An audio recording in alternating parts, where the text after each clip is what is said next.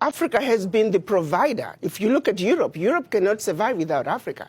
One situation that people don't realize, post-World War, when the US came up with the Marshall Plan, what they don't tell you is that the contribution through exploitation of African minerals was actually the biggest funder of the European Recovery Plan, ERP, aka the Marshall Plan.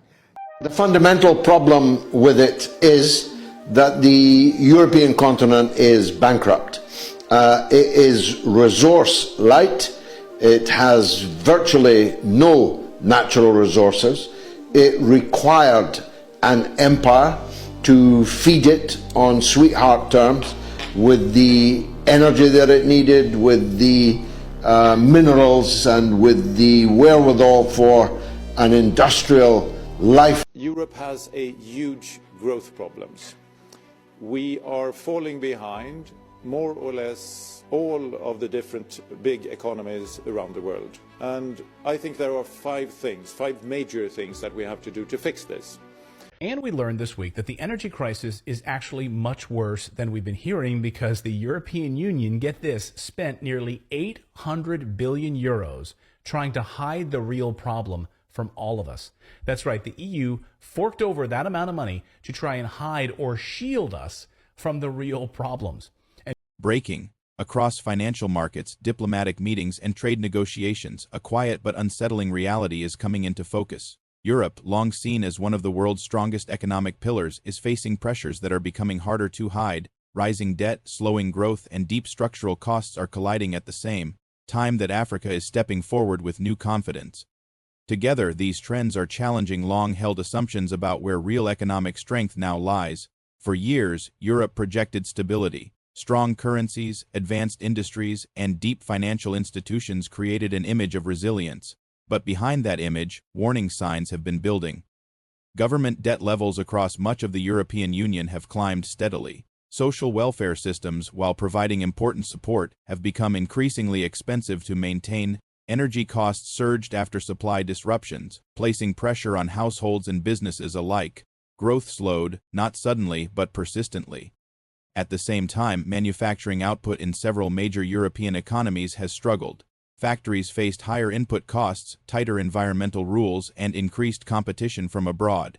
Some companies delayed expansion, others quietly moved production elsewhere. Analysts warn that when industrial activity slows for long periods, it weakens tax revenue and employment, creating a cycle that is difficult to reverse. Currency stability has also been tested. While Europe's major currencies remain globally significant, their purchasing power at home has been challenged by inflation. Prices for food, housing, and energy rose faster than wages in many areas. This gap affects consumer confidence, which in turn affects economic momentum. Governments responded with subsidies and support packages, but those measures added further strain to public finances. This is where Africa enters the picture in a new way. For decades, Africa was often described as dependent on external aid and investment. But that narrative is shifting. African countries are now negotiating trade deals from a position of growing leverage. Critical minerals, agricultural output, and expanding consumer markets give the continent bargaining power that was once underestimated. Recent trade talks and resource negotiations revealed this change clearly. African exporters have been more willing to set terms, delay agreements, or seek alternative partners. Europe, facing its own shortages and budget pressures, has less flexibility than before. This contrast has exposed a gap between Europe's projected strength and its actual negotiating position. Energy is a key example. Europe's transition away from traditional energy sources increased reliance on imports. When supply chains tightened, costs rose sharply. African producers of energy resources, meanwhile, gained importance. This shift allowed African governments to demand better pricing, infrastructure investment, or technology transfer. Analysts warn that when dependency runs one way, leverage follows. In agriculture, similar dynamics are unfolding. Europe relies on imported inputs and, in some cases, finished products to stabilize food markets.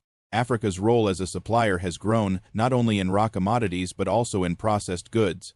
This reduces Europe's ability to dictate terms and exposes how vulnerable its food systems can be under stress. Financial flows tell another part of the story. Investment capital once flowed overwhelmingly from Europe outward. Now African markets are attracting attention from Asia, the Middle East, and South America. Europe is no longer the default partner. This could mean fewer opportunities for European firms to secure favorable long-term contracts. The idea that Europe is broke is not about empty vaults or immediate collapse. It is about constraints, limited fiscal space, high obligations, reduced room to maneuver. Africa's growing confidence has highlighted these limits by comparison. When one side gains options, the other's lack of options becomes more visible. Politically, this creates tension. European leaders must balance domestic expectations with external realities. Voters expect social protection and economic stability. International partners expect commitments and reliability. Meeting both becomes harder when budgets are tight and growth is weak. African leaders, on the other hand, are navigating their own challenges. Opportunity does not eliminate risk. Infrastructure gaps, governance issues, and inequality remain serious concerns. But the difference now is choice. Africa has more partners, more interest, and more room to say no. This shift in posture changes global conversations. Analysts warn that Europe's difficulty is not temporary if structural issues remain unaddressed. Aging populations increase pension costs, slower productivity growth limits revenue, high energy prices reduce competitiveness. Without reforms, these pressures compound over time. This could mean Europe must rethink its relationship with Africa, not as a junior partner, but as an equal. That adjustment is not just economic, it is psychological. It challenges decades of assumptions about development and hierarchy in global affairs. For global audiences, the lesson is broader. Economic strength is not static. It moves with demographics, resources, technology, and policy choices. Africa's exposure of Europe's constraints is not an act of hostility. It is a reflection of changing realities. Markets are already reacting. Companies are diversifying supply chains. Investors are reassessing risk. Governments are quietly adjusting foreign policy priorities. None of this happens with dramatic announcements. It happens through gradual shifts that only become obvious in hindsight.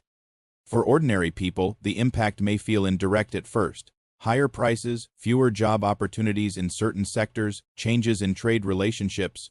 Over time, these effects shape daily life more clearly. As this transformation continues, one question remains open.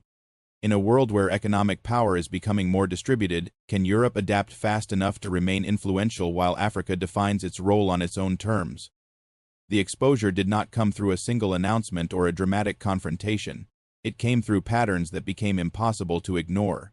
Trade negotiations took longer. Aid discussions shifted tone. Investment terms changed. Africa was no longer simply accepting what was offered. Europe was no longer able to offer what it once could. This silent reversal revealed more than any headline ever could. Europe's financial strain is also visible in its internal debates. Governments argue over spending limits, debt ceilings, and fiscal rules. Emergency budgets have become common. Support once described as temporary has turned permanent. Analysts warn that when crisis measures become normal policy, it signals deeper imbalance. Africa has watched these debates closely, learning where leverage exists and where promises may be difficult to keep. Another layer of exposure comes from technology and industry. Europe prides itself on advanced manufacturing and innovation, yet many of the materials needed for this progress come from outside its borders. Africa controls significant portions of these inputs. When African countries insist on local processing or higher value retention, Europe faces delays and higher costs. This could mean that future European industries become less competitive unless supply relationships are restructured. Transport and logistics reveal similar stress. European ports, rail systems, and shipping firms face rising operational costs. African ports, some newly built or expanded, are increasingly efficient and strategically located. Trade routes that once centered on Europe are slowly adjusting. Goods that passed through European hubs now move directly between Africa and Asia. The result is reduced influence for Europe over global trade flows. Currency dynamics add another layer. When African trade increasingly uses alternative settlement methods, Europe's financial systems lose transactional volume. This does not collapse markets overnight, but it erodes long-term dominance. Analysts warn that influence lost gradually is harder to recover than influence lost suddenly. Public perception is also shifting. African populations see their governments negotiating more assertively. This strengthens domestic legitimacy. European populations, meanwhile, question why living standards feel under pressure despite long-standing claims of prosperity. The contrast feeds narratives that Europe has been managing decline rather than growth. Education and talent flows reflect this change. European universities and research centers remain respected, but funding constraints are tightening. African institutions, often supported by new partnerships, are expanding capacity. Skilled professionals who once automatically looked to Europe now consider opportunities closer to home or in other regions. This quiet change affects innovation over time. None of this suggests Europe is irrelevant. It remains wealthy, technologically advanced, and politically significant, but relevance is no longer automatic. Africa's rise has stripped away the illusion that Europe's position is guaranteed. Exposure does not mean defeat. It means adjustment is unavoidable. Analysts warn that resistance to this reality could deepen the problem. Clinging to old assumptions may delay reform. Acknowledging limits could open new paths. Cooperation based on mutual interest rather than dependency could stabilize relationships. This could mean new trade frameworks, shared industrial projects, and more balanced financial arrangements. It could also mean Europe accepting that leadership sometimes involves listening rather than directing. For Africa, exposure brings responsibility. Leverage must be managed carefully. Short-term gains should not undermine long-term stability. Partnerships must support development, not just extraction. The continent's challenge is to turn newfound influence into durable progress. Globally, this moment signals a broader transition. Economic truth is harder to mask in an interconnected world. Data travels quickly. Markets respond instantly. Narratives collapse when contradicted by experience. Africa did not set out to expose Europe. The exposure emerged naturally as conditions changed. As pressure builds, the next phase will be shaped by choices rather than inevitability. Europe can adapt, reform, and collaborate. Africa can consolidate gains and shape fairer systems. The balance between these paths will define the next decade. The question now facing the world is simple but profound. In an era where old economic stories no longer hold, will established powers adjust with humility, and will rising regions use their moment to build a more balanced global order?